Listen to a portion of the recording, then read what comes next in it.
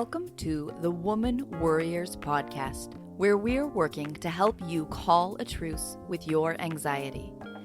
The information in this podcast is not a substitute for seeking help from a licensed mental health professional.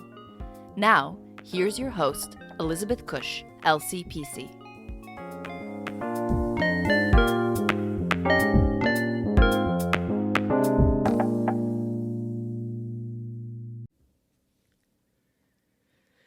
Hi, and welcome back to the Woman Worriers podcast. I'm Elizabeth Cush, your host, and a licensed clinical professional counselor in Maryland, where I'm offering online therapy to residents of Maryland. My voice is a little scratchy today. It's just allergies, I think. But not feeling like I have my usual voice, my usual speaking voice. But hey, we will make it work.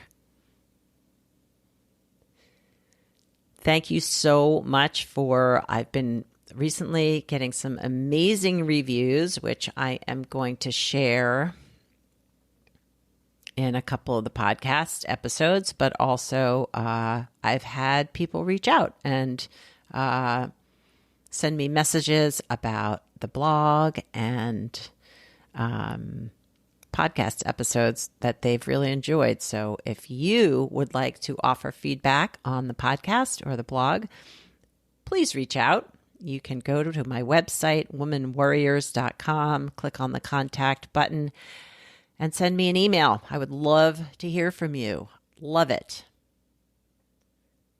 You can also get the podcast and my blog delivered directly to your inbox. If you go to progressioncounseling.com or womanworriers.com, there is a link at the bottom of the page that says join the newsletter. There's also a link at the top of the page on Woman Worriers that says send the podcast to my inbox. Click on that, fill out the form, and it will be sent directly to you. Don't even have to search for it. Don't have to look for it. Don't have to go to Apple Podcasts. It can just come right to your door. Today, my guest is Mahesh Grossman. He is a certified clinical hypnotherapist and the author of the 1-Minute Anxiety Solution ebook, as well as the creator of the course, The 1-Month Soul Makeover. Using a variety of influences that include body-oriented psychology, hypnosis, and shamanic practices, Grossman has created a system to release the leftover energy and after effects from trauma so that it loses the emotional charge it has on people, stops affecting their life, and becomes something that happened to them.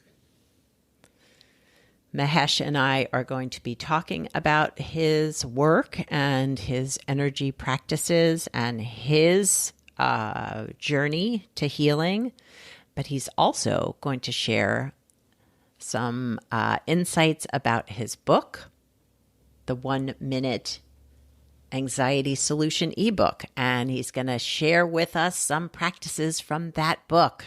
So I'm very excited about that. So stay tuned and let's talk to Mahesh. Hi, Mahesh, and welcome to the Woman Worriers podcast. Thanks for having me. Yeah, it's funny. I don't have a whole lot of men that come on the podcast, but I always like to welcome anyone who is willing to talk about how to better manage our anxiety. So I really appreciate you taking the time, though you're way out there on the West Coast and are up early in the morning. Thanks for being here. Thanks for having me. I'm looking forward to this. Yeah. So tell us a little bit about what inspired you to do the work that you're doing. Well, in terms of anxiety, I had my own anxiety.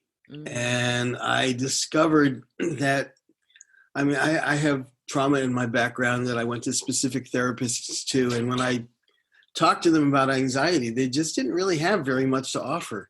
And I was having this huge problem where I would be stalled in I was a ghostwriter at the time, and I had a business, but I was also writing books for people. And I was not getting anything. I would be on a deadline and it would take me till 6 o'clock to even get started. And I'd write a page for half an hour, and then the anxiety would hit again. I didn't even realize it was anxiety. It felt like procrastination at first. Yes, which for so many people, I think that's so true. I had no clue. And I had this really strong background. I had done a lot of therapy, a lot of Hakomi-based psychodrama, which is a somatic style work. And I was trying to use my somatic way of working, which was it was like getting in touch with my body and letting things bubble off. And, but that would take me hours. And it still didn't work. And then I took this course on anxiety. I'd become a hypnotherapist, partially because I was really good at that psychodrama and Hakomi stuff. My therapist had offered a class for therapists, and he allowed me to come. And of course, I had spent 300 hours with this guy over a period of 15 years. So basically, I already knew what I was doing from a certain standpoint. I just didn't know the techniques. But I'd gotten good at that, and I was about to bring that back into my life. I had done a little short 5-week course with some people, bringing people to take a class. So I guess there's two parts to this. So one part is I took a course on anxiety that explained what anxiety is and how it works. And the basic rule of anxiety, which I call the modern caveman rule, is keep going and don't let the anxiety stop you. Because otherwise the brain thinks it's winning and helping you to survive by giving you the anxiety. But I became a hypnotherapist, and I learned all these techniques to lower, when you put somebody in a hypnotic trance before they start, that lowers your anxiety. You go from the speed of thought, which is the same speed as anxiety, to being your brain starts working at the same speed as it does for REM sleep and meditation. And so that helped me get through my anxiety. And then I started working with clients and had some really profound experiences helping people go through their anxiety really fast. And also get through their trauma really fast as well. Yeah. And so your personal journey of sort of learning how to manage your anxiety and sort of get through it has really helped you work with your clients too. Oh, absolutely. I think the more work anybody does on themselves, the more effective they can be as a therapist, and clients pick up on you. There's this field that develops. And so I found, I've been doing this stuff on myself for 30 plus years, and I've gone to places most people never get to. And I found that people go deeper with me because they're picking up on me. Right. And so that really helps. I remember that, I discovered I was molested right after I left this therapist that I'd been with for 15 years. So it was really clear that he was not the one I was supposed to work with that on, because there were 15 years there. And I went to a bunch of different therapists. I went to like 5 different therapists to find somebody. And it was really interesting I went to one woman and I'd asked her, what work have you done on yourself? And she said, well, I do yoga and meditation. I was like, it felt so, when I tried her out anyway, it felt so completely unsafe to work with her, because energetically she just hadn't been to these places. Okay. Yeah. So the more places we go to inside ourselves, the more we have to offer clients. Yeah. No, I would agree with that, being able to hold that space and understand, but also energetically be okay with where you are would make a big difference. Yeah. But and there's also this weird thing where they get it. They go to places inside. It's like they pick up on our capacity. Mm. It's, I mean, I'm an empath, so I feel what's going on in other people's bodies. But I've noticed that in our sessions, my clients go to places that it's like they may be able to lift 200 pounds once every 3 months, but when they're working with me, they can lift 200 pounds. And I think that's true of any therapist who's done, a deep amount of work on themselves. Yeah. Well, I know you have some understanding of internal family systems work, I think. I do. IFS, yeah. Well, just their whole sort of, I don't know what the right word is, but that if you are in yourself, in self energy, that others will also meet you there, which I think that's part of that process too. Yes, I agree. Yeah. Yeah. So, you talk about somatic work, which I've talked a little bit about here on the podcast as well. So, I mean, somatic work is really tuning into your body and healing the body to heal the trauma, right? It's weird. I don't think it's healing the body per se. It's healing the leftover energy that's stuck in the body. Right. But I mean, people do have chronic pain that goes away when they do that as well. So I guess it does heal the body as well. Yeah. But Yeah. So healing the energy that can create, chronic pain or, I think of like chronic fatigue and fibromyalgia and so many of these body-based chronic illnesses that when we do tune into the body and start working with that held energy, that things can really shift. Absolutely. IBS too. I mean, yes. Yeah. Absolutely. So, talk to me a little bit about, the work that you do to help shift that energy, or just even explaining what you mean about this energy kind of, I know we had a pre-conversation about this, but about how that energy kind of gets held, that once we release it, it can create we can let go of some of this stuff. Well, with the initial trauma, there's just, especially with anything really, there's stuff that we didn't get to say, feelings that it wasn't safe to have, feelings that were so powerful that they didn't have any place to go. We couldn't process them all at once. And I guess they get stuck anywhere, but primarily, if you know the chakra system, which energy centers, primarily I see it most often kind of in the center of the chest with the heart, in the center of the belly with the around the belly button, a few inches each direction, and also sometimes in the solar plexus, which is the spot between the belly and the chest, and also the base of the neck, which is called the throat chakra.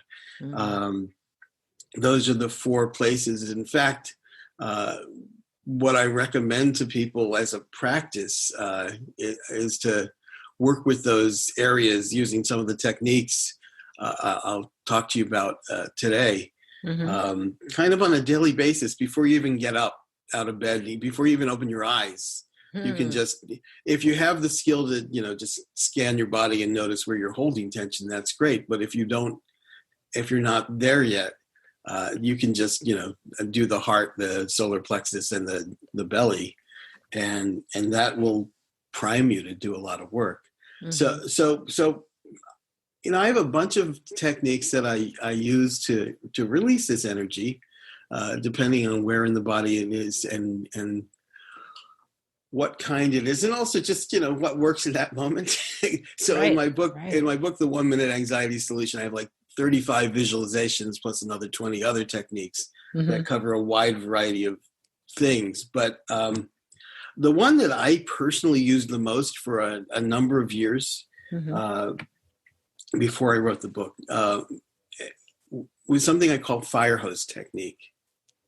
And if you want to try it, take a second and yeah, that would be great. Notice where in your body you're holding tension. Mm-hmm.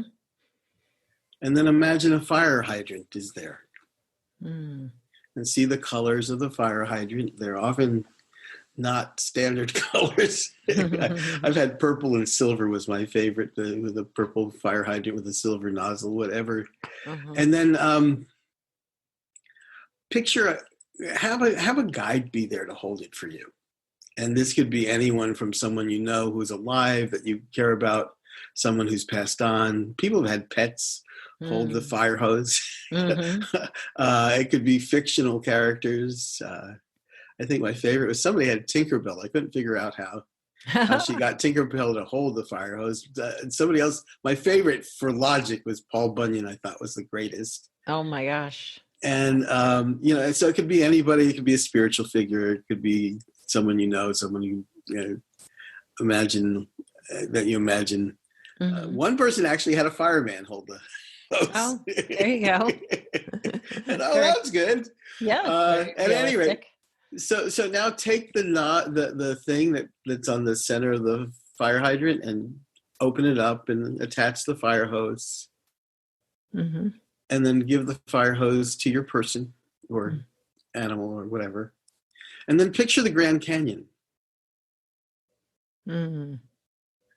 And then let the fire hose just release the tension. And if you're listening at home or in your car, you can do this. You can even do this with your eyes open while you're driving, believe it or not. Just don't go too deep. But just let the hose release whatever's stuck. Huh. That's interesting. You can kind of just feel it flowing. Yeah. And what I tell people is there's two, when they work with me directly, is there two things that could happen. There's either, and so they have to communicate. So generally when people finish, the hose drips as if you're turning off the shower and it's the last drips. Mm-hmm. Sometimes, though, you fill up the Grand Canyon, and then you just drain the Grand Canyon and you keep going. And I had one client who had no experience with anything and only came to me for a couple of sessions. And this lasted 15 minutes of just filling up the Grand Canyon and draining it. Wow. And that was all he needed. He did that 2 sessions, and he was done. That's pretty amazing. Yeah. And so you can do this, if you're aware of the tension in your body, you can do this that way. Mm-hmm. But as a first thing in the morning kind of practice, if you don't get in touch with, if you can't kind of connect to the tension in your body, you can just say, all right, well, let's just do my heart and see how much water comes out of my heart. And let's do my solar plexus and see how much water comes out of my solar plexus. And let's do my belly. Yeah. And for you, the clients that you see, like, it sounds like these techniques have been really helpful for them to release this energy that can create so much anxiety. Yes. Well, first off, it works as an anxiety technique in and of itself, because as soon as we go to the imagination, the brain networks that cover imagination. The amygdala, but I call it the cave brain. Right. Did you know amygdala just means almonds in Greek? I did not know that. Yes. So the reason it's called the amygdala is it's shaped like two almonds. Right. And it's like, okay, here's the scientific name, but it's just almonds. That makes it easier to think about, actually. Yeah. And I just call it the cave brain. Yeah. Because it really was there to the way anxiety works, which I'm sure you know, but I don't know if everybody in your audience knows, is that if you were attacked by a woolly mammoth, by yellow grass as a cave person, the cave brain or the amygdala makes a sloppy pattern match. It's like antivirus software that it keeps open. And it looks for anything that resembles anything that happened at that time to protect you. Yeah, constantly scanning the environment. Yeah.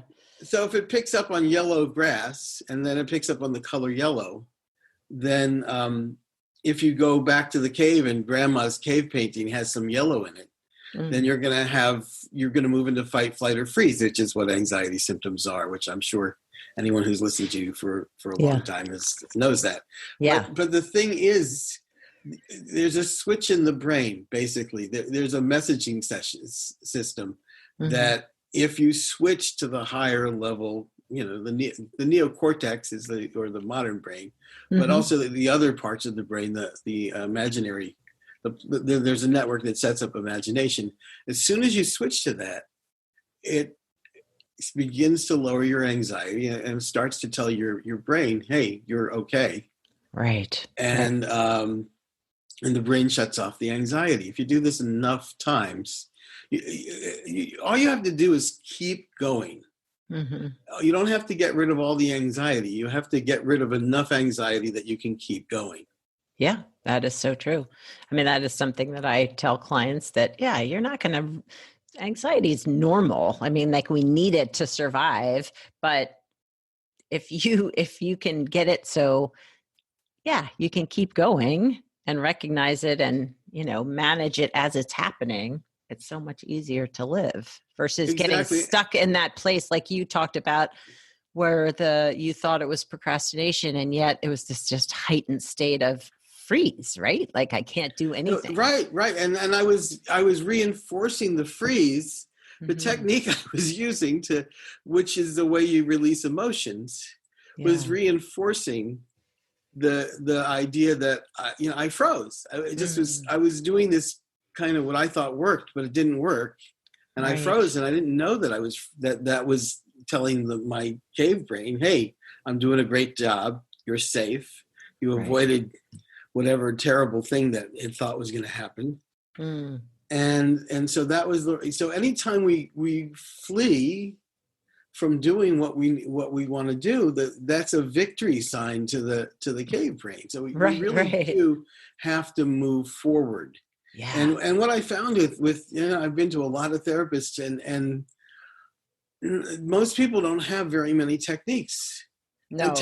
And techniques wear off really. Sometimes I had the day that I started fighting this feeling that was showing up. It kept coming back like 3 or 4 times. I was using 3 techniques at a time to overcome it, and it worked. But I needed a bunch of techniques, and because of the hypnosis background that I had at that point, it worked better. Yeah. And so in the book, there's 57 different ways to do this work. Well, and I think it's interesting, you saying that, sometimes, you need more than one, but 2, I think it's so hard in the moment if you're in either the freeze or the heightened anxiety to even remember that you have the techniques. So that's great that you have them in a book that people can refer to. Yes. And then there's another practice that I encourage people to use, which is to practice ahead of time. Yes, exactly. So you can think about, you can think about something that makes you anxious. You go through the techniques and you find something that you like. And then to make sure it really works, you think about something, you imagine a situation that makes you anxious. Yeah. And then you practice the technique and it works. That's pretty cool. And so that you've rehearsed it at that point. But also if you make some of these things a daily practice, because almost everything, so much of the book is also the same thing I use for trauma. Yeah. Just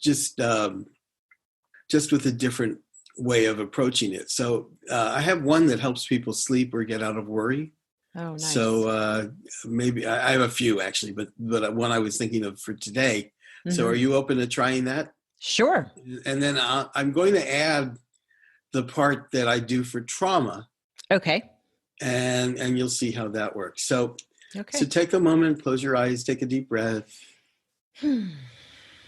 Okay. See if you can connect to some kind of leftover stuff that's in your body. And then imagine you're okay. So I'm going to give 2 versions of this. It's not very different. For trauma, I have you imagine that you're going to trace yourself on a piece of paper. Mm. For sleep, I don't bother with the piece of paper. Okay.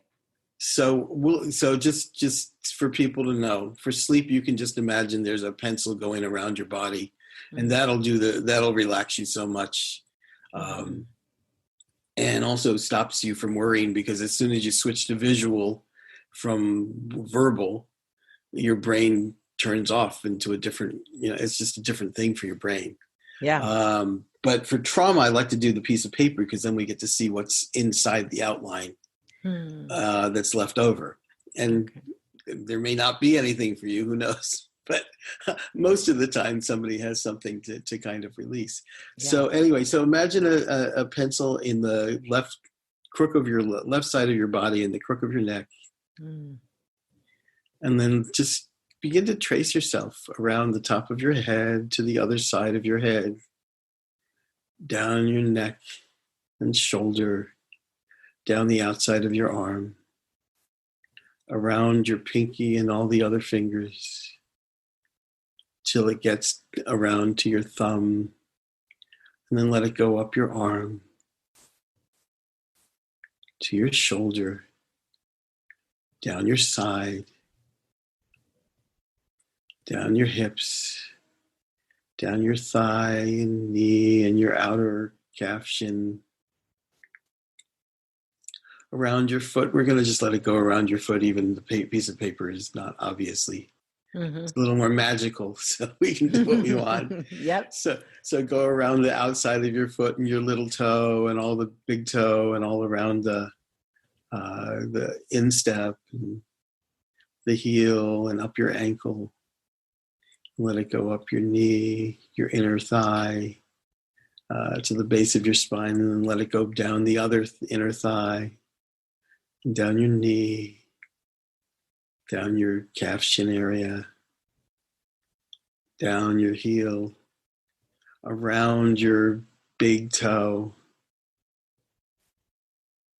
around the rest of the toes, and then to the outside of your foot, and up through your ankle, up through your calf shin area, up past your knee and your thigh and your hip and your side, to your armpit, and then down your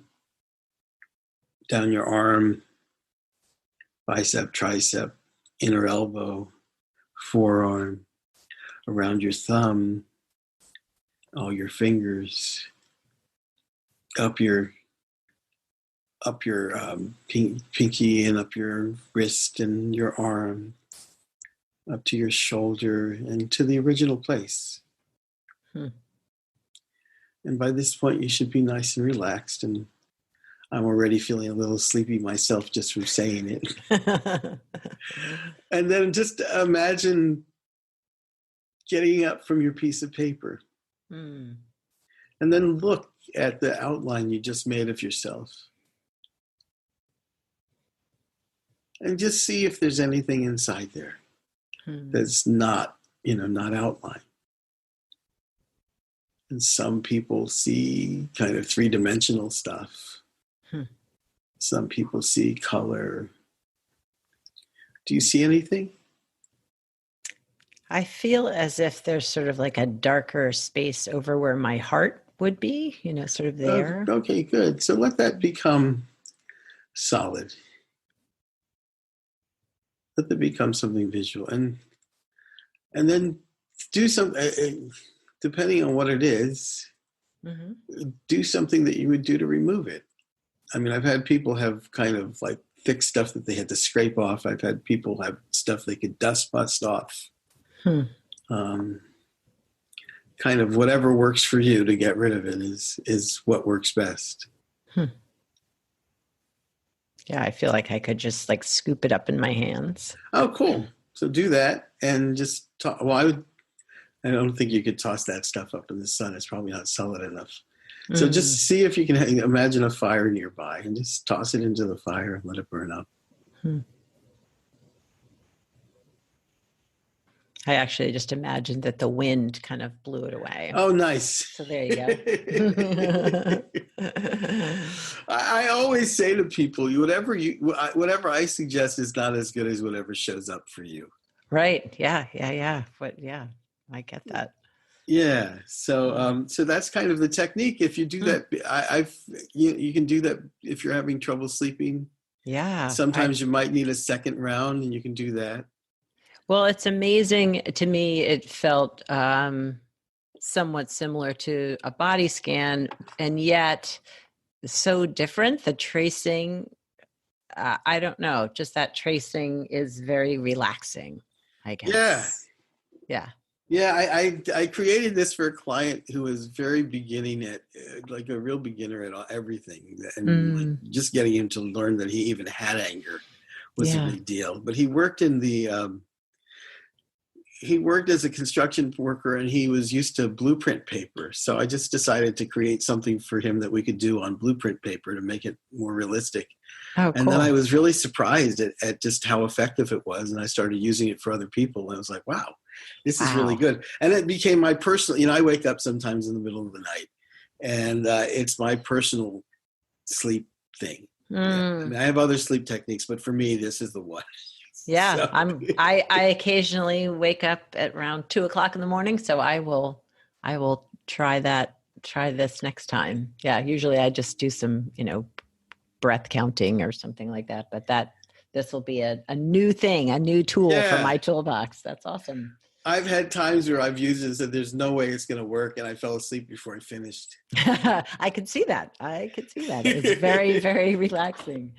So thanks, Mahesh. I really appreciate you sharing that technique with us and with the listeners. And I think that was really cool. Very nice. I do like the idea of visualization to help us release those sort of stuck places. Yeah. And one thing I should tell people is that visualization doesn't mean you have to see something. Right. Because my hypnosis teacher, who had run a hypnosis school for like 40 years or something, or 30 years, never saw anything. She had no ability to see, but obviously hypnosis worked really well for her. So if you can hear it or feel it, I think feeling sometimes for people is easier. Like with this technique, when I'm resting, I don't really see the pencil. I just feel the pencil. Yeah. And, that was kind of how it was for me too. Yeah. So the other thing I'd love to share, if it's okay with you, is I have a very fast version of a shamanic practice called soul retrieval. Okay. And I wanted to explain what soul retrieval is, because when trauma happens to us, not only do we have leftover feelings that are stuck, we also cut off a part of ourselves, a part of our wholeness. If you've ever been around an infant or something, you see this. I have a grandson who's less than a year old, and he has a certain joyfulness that shows up. Yeah. In a way that, you don't see regular grown-ups with. And we cut off a part of ourselves to be safe. Yeah. And a soul retrieval is a way of bringing it back. And there's this long 4-hour version that I used to do. And I found that this is really a very powerful way to end a session. After you release stuff, there's space that wants to be filled. So I do this a lot in sessions. I don't know. I have something similar to this in the book, but I really teach it fully in a course that I'm starting called the 1 month soul makeover. Yeah. And but I thought I think it's something that I wish more people knew about. And I've heard that internal family systems has something akin to this, but generally they don't teach you how to do this type of thing in most therapies. Right. So yeah. So this is very simple. Just picture a beautiful place with a picnic table. Okay. Or you could have, or the other way is you had the person holding the fire hose. You could have the person holding who had the fire hose have a present for you in their arms, or it can be on the picnic table. Okay. And then just what's the present look like? It almost looks like weirdly, it's like a sphere that's wrapped up in like very shiny paper. Oh, lovely. So rip it open. Okay. And see what it is. Okay. It's kind of just a glowing orb. Lovely. I get a lot of those. Although they're not usually it's light. It's not like a physical thing that's shaped like, so that's really cool. And ask the glowing orb if it's willing to be a part of you. Well, you can ask it what it represents first. You may or may not get an answer to that question. Yeah, I don't know what it represents, but yeah, it is willing to be a part of me. Okay, great. And ask yourself, are you willing to have it be a part of you? Yes, I am. Okay, and then ask it what it needs to stay with you forever. And you may or may not get an answer to this. It just wants me to know that it's there to stay with me. Well, that's lovely. And then just notice where in your body it belongs. I would say it's in my chest where I took out. Yeah. That's usually where it goes anyway. Yeah. Sometimes it goes to the throat or the belly, but 90% of the time it seems like it's the heart. So just put it in.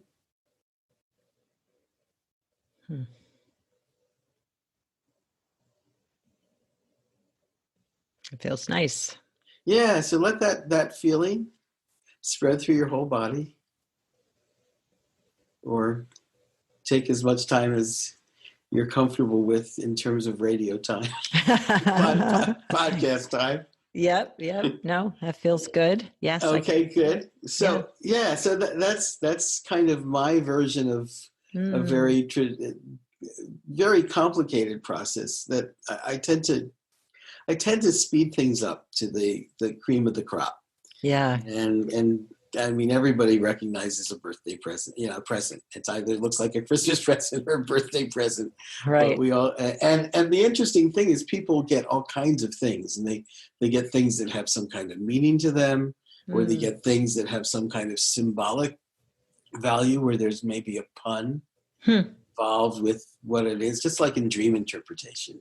Yeah. But sometimes the best thing that ever, when this works at its best sometimes, it works really well for everybody. But when somebody asks, I had a client who got rubies. Oh, wow. And I had her ask, what does it need to stay with you for the rest of your life? And the ruby said to her, you need to allow love in. And I said, are you willing to do that? And she said, no. And she had been depressed for 20 years because, well, first she had an abusive first husband, and then her second husband, the love of her life, had been shot at work by a coworker. Oh, gosh. And she shut down that part of her, that trauma. Yeah. Shut down the part of her that allowed love in. So we did this piece of work. And I had her come in. She wasn't doing her homework. And I said, "Love, you're not remembering to do your homework. Come twice this week, because if you come twice, you'll remember." So normally I don't have people come that often. And she came back.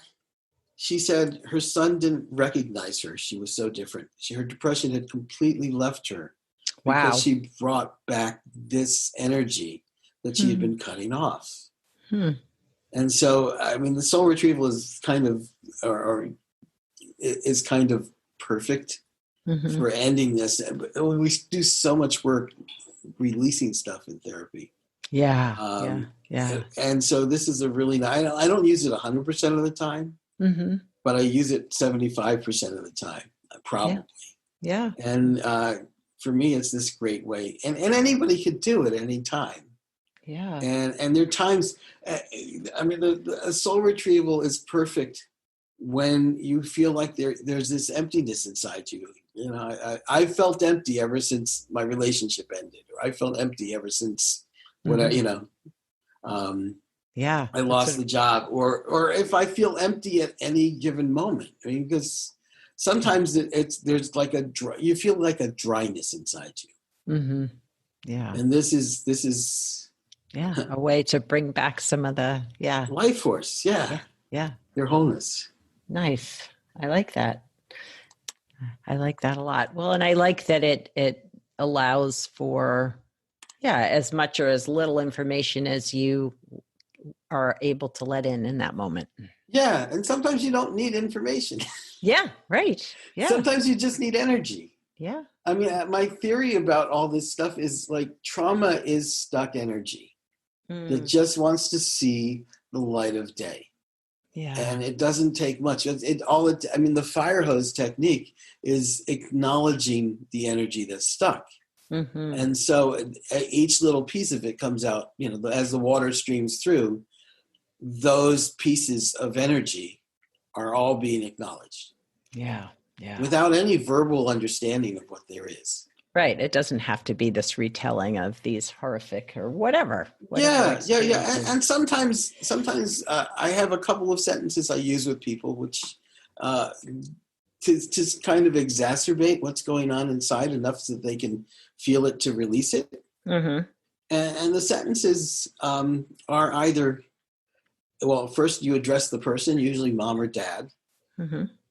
And the sentences are fill in the blank. Either I wanted you to blank, or I didn't want you to blank.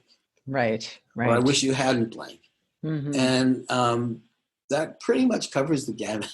and some of the feelings show up that way, and some of the connection to the stuff. Yeah. And it just gives you the opportunity to release what was there. Yeah. And I think the thing that people don't understand is they're not dealing with their real parents. They're dealing with this internalized parent that they've been carrying around since they were 3 years old or 5 years old or whatever, that is still running how they do things. And so people get really terrified because I encourage the F word. To allow anger, and it's not like using I don't have people yell or scream, it's not necessary, but there's like I try to say, F you, mom, you should. And I always encourage people to use like the deepest part of their voice, the lowest pitch they can manage. F you, mom, you shouldn't have made me blank, or I just didn't want to, Yeah. And at first there's some people who are like, I would never say that to my mother. I said, don't worry about it. You're not saying that to your mother. You're saying that to a part of yourself. Right. Wow. Yeah. I could see how that could open or allow some of that energy to start flowing for sure. And so we go from that to the place of releasing the energy. And it's really nice too, because I came up through, primal scream type of stuff where you yelled and you pounded and you did all these things. And I was hoarse 3 days a week after therapy sessions. And I don't actually think doing it fit. I mean, there's a time for that. I think I've noticed that once in a while I wind up yelling in my car with a particular piece of work, not very often, maybe every 6 months. Yeah. But generally this stuff releases it really well. And people have all kinds of experiences. People have told me that they've had, it's like mescaline without the mescaline. Because you're opening up to your subconscious. Yeah. And you're getting your messages, and all the techniques I work with, almost all of them, tend to be about, let's connect to the subconscious, because it's really the story of what happened to you versus the subconscious. It has the real information that wants to come out and be released and healed. Yeah, for sure. And you get to the point where you can tell the story. It's something that happened to you, but that doesn't affect you. Yeah, no, I agree. I 100% agree. Yeah. So if there were something that you could share with your younger self that you now have wisdom about, what would that be? it's all okay. Mm. You always are, and always exactly the way you're supposed to be. Oh, I love that. I love that. So Mahesh, how do people find your book? How do they find you if they want to work with you? How do they Well, find the you? book is at 1 minute Okay. anxietysolution.com. All 1 right. minute anxietysolution.com. Mm-hmm. They can contact me at berkeleyhypnosis.com. Awesome. And I have a Facebook group called Joy in 1 Minute. Oh, cool. And I will. yeah. I'll include all the links to those in the show notes and make sure people can find you and find your book and maybe your course too, right? Yeah. Yes, and the book leads up to the course. The course is not there yet. It depends. I don't know when this is airing. Yeah, But, it'll be yeah. But it that would be where they'd find it. yes, well, they'll find the book. The course will be at the 1 month soul makeover. Not the 1 month soulmakeover.com. Cool. But the book is really important because there's just so many techniques. Yeah. That the book will lead to the course. Very cool. Awesome. Well, thank you for taking some time to talk to us today, and I appreciate your guiding me through some of those techniques. That was really great. I'm glad. I enjoyed this very much. All right. Thanks, Mahesh.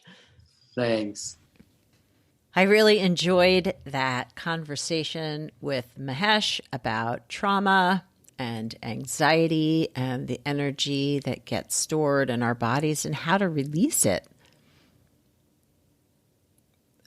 That tracing technique, I don't know if you listeners did that along with me as he was guiding me through that, but I felt incredibly relaxed. I could feel just the sensation of the pencil, which is what I pictured, the pencil tracing my body. And yeah, surprisingly, a very energetic relaxation, if that makes sense. Like my body was feeling almost like it was buzzing. So I know for me, that's when I'm feeling truly relaxed, is there's this sort of buzzing, comfortable buzzing place that I go. So there you go. I hope that you enjoyed or had some takeaways for yourself if you participated in any of the visualizations or just hearing us talking about trauma and energy and how to release it. So check out Mahesh's book if that interests you. And I will include all of the links to his resources in the show notes. So take care of yourselves, tune into your body, find ways to release your energy this week. Ciao for now from this Woman Worrier.